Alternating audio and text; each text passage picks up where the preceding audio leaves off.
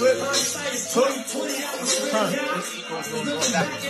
shape, 145. Yeah. In shape. You know what I mean? So this is different from a Crawford coming up to 168, but we know his walk around weight is probably 170, 180. Only shortcoming, pun intended, is his height. He's 5'5" with a 67-inch arm reach. But as you can see here, he's working on his versatility.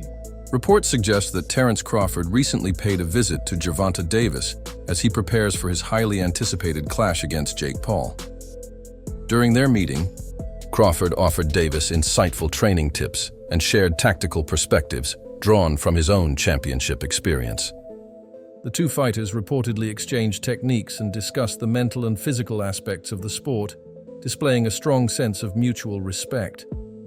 Crawford went on to commend Davis for his remarkable skill, discipline, and dedication inside the gym. He even hinted that if the opportunity ever arose, he wouldn't hesitate to face Davis in the ring, not as a rival, but as a gesture of admiration for the art of boxing itself. Gervonta Davis speaking about you. Is that ever a possible fight? Yeah, if he want to dare to be great, he can be like all the other fighters that's moving up 2 weight classes and, daring to be great. You would fight him. Man, tell him to come up there. He got to come to win 54. He said I got a glass chin, so tell him to come and touch it. Wow. Oh, man. Gervonta said you got a glass. He said I got a glass chin. Tell him to come and touch it. At 147? At 147. I'll make 147 for him. Ooh, see, oh, man. You're going to have a pre-camp. Then what the people going to say? Oh, he's beating up on little guys. I don't know. Gervonta Davis appears to be taking inspiration from Terence Crawford, one of boxing's most technically gifted fighters. Crawford's meticulous preparation for his bout against Canelo Alvarez drew attention for his seamless stance switches, exceptional balance, and unpredictable rhythm. Now Davis seems to be adopting a similar approach. Recent training footage shows him experimenting with dynamic footwork, sharp angle changes, and even switching stances mid-combination, something fans rarely witnessed from him before. Analysts believe Davis isn't just drawing from Crawford's blueprint but is also studying Jaron "Boots" Ennis, known for his effortless ability to fight from either stance. This evolution in Tank's training suggests he's preparing to deliver something entirely unexpected in his upcoming showdown with Jake Paul. Right. This is scary. Gervonta Tank Davis is working on his versatility. We already know he has that ultimate equalizer, that special God-gifted one-punch knockout power. But he also can box. Gervonta Tank Davis, he's very durable, has a chin, never seen him visibly hurt. Gervonta Tank Davis also has great footwork and foot placement. And here you see Gervonta Tank Davis' only shortcoming, pun intended, is his height. He's 5'5" with a 67-inch arm reach. But as you can see here, he's working on his versatility. He's now working on fighting orthodox. He's naturally a southpaw. Now he's working on fighting orthodox. Great switch hitters, no diddy, in the sport of boxing. Showbiz the Adult, a respected boxing analyst, emphasized that the upcoming clash between Gervonta Tank Davis and Jake Paul must remain genuinely thrilling to live up to expectations. He noted that many fans fear the bout might resemble a light sparring session, with both fighters holding back to avoid embarrassment.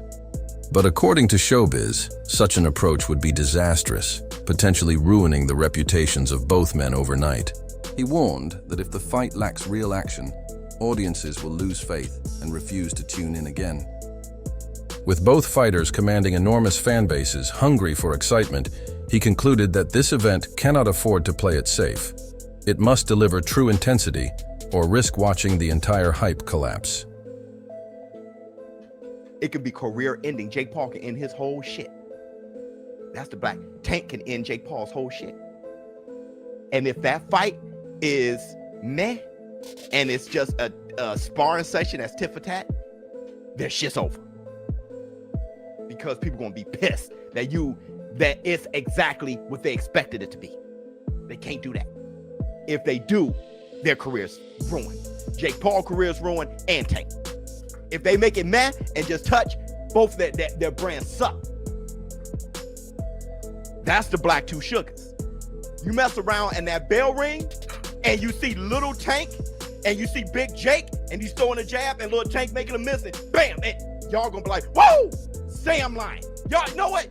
Yes, say I'm lying. Please say I'm lying. But y'all gonna be right there, cheering, because you ain't never seen nothing that damn bizarre. Even De La Hoya versus Shaq had headgear, and Shaq ain't a boxer. That right there, fireworks. Because you're going to be holding your breath, especially Tank fans. I'm going to be like, don't hit Tank. You're going to see Tank little ass legs. He's going to, and big ass Jake, big legs and big ass head. Watch. Y'all talk all that shit now because y'all love talking shit. Y'all love hating on things until you see it. Like women back in the 90s. I remember my sisters back in the 90s. You ain't that cute. You ain't, but all on your shit. That's what y'all do. Y'all talk shit, but y'all the first ones there. Keith Thurman recently highlighted an undeniable truth about Gervonta "Tank" Davis and the people who criticize him. According to Thurman, many of Tank's harshest critics are also his most consistent viewers. They never skip a fight. They claim his performances fall short, yet they can't resist tuning in every time he steps into the ring. Thurman pointed out that this irony actually works in Davis's favor.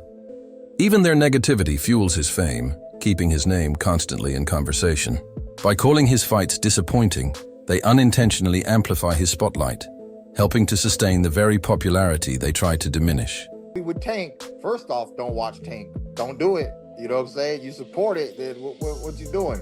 You can't not support and support at the same time, right? So you're a boxing purist, then this fight with Roach is really more for you. It's going to be more up your alley, you know? If you just like all entertainment, all fights, all hypes, all everything, then you're going to want to tune in to the Tank and Paul show there, you know, because that's all for entertainment. What is it? For entertainment purposes only, right? It's just say like somewhere in the small print of the promotion. For entertainment, don't do this at home, kids. You know, sometimes Disclaimer. Yeah, disclaimer. For entertainment purposes only, you know. So you know, it's money-making purposes only, you know. It is what it is, people. When Claressa Shields suggested that the only logical matchup for Gervonta "Tank" Davis would be against Shakur Stevenson, the comment didn't sit well with him. Tank quickly fired back, making it clear that no one has the authority to dictate his career choices. If people want to be fans, they should just be fans, not managers, he stated bluntly. His response carried more than just irritation. It came from frustration that has been building for a while. After his draw with Lamont Roach, many fans turned on him online, labeling him overrated. That wave of criticism left a mark, and Tank seems determined to take control of his narrative. His mindset now is simple. He fights for himself, not for anyone's approval. You know, pretty much the only people that can beat him is Shakur Stevenson, and I don't know who else he said. She thought that at a point in time that Devin Haney could beat him, but now she doesn't believe that. But so really the only fight that there is for Gervonta Davis is Shakur. What a mighty, mighty convenient argument. And Gervonta Davis responded, and basically his response was, "Come on, girl, stop talking about me so much because you're making me feel like I'm special." Right? So he pretty much just, you know, kind of blows it off. But I really think that there's something much deeper going on here, and it is that this. And I said it again. I said it in another video. I'll say it in this one. The Bud Buddies. The Bud Buddies are a crew of boxers that all hang around and worship Terence "Bud" Crawford. And the main two members of it, besides the people that are actually in Terence Crawford's camp, as fighters are Shakur Stevenson and Clarissa Shields without a doubt. Clarissa Shields is a huge backer of Terrence and a huge backer of Shakur Stevenson. At the end of the day, the only thing she really cares about is what's in the best interest of Shakur Stevenson. And anything and everything she say is angled that way to get Gervonta Davis to do something that Shakur Stevenson wants him to do, which is really do all the hard work and then be there for Shakur Stevenson to become a star at the end of it. I'm telling you, man, I believe that to the bottom of my soul, that is the same plan that Terence Crawford ran on Errol Spence Jr. Thanks for watching. Hit that subscribe button and join me for more awesome videos ahead.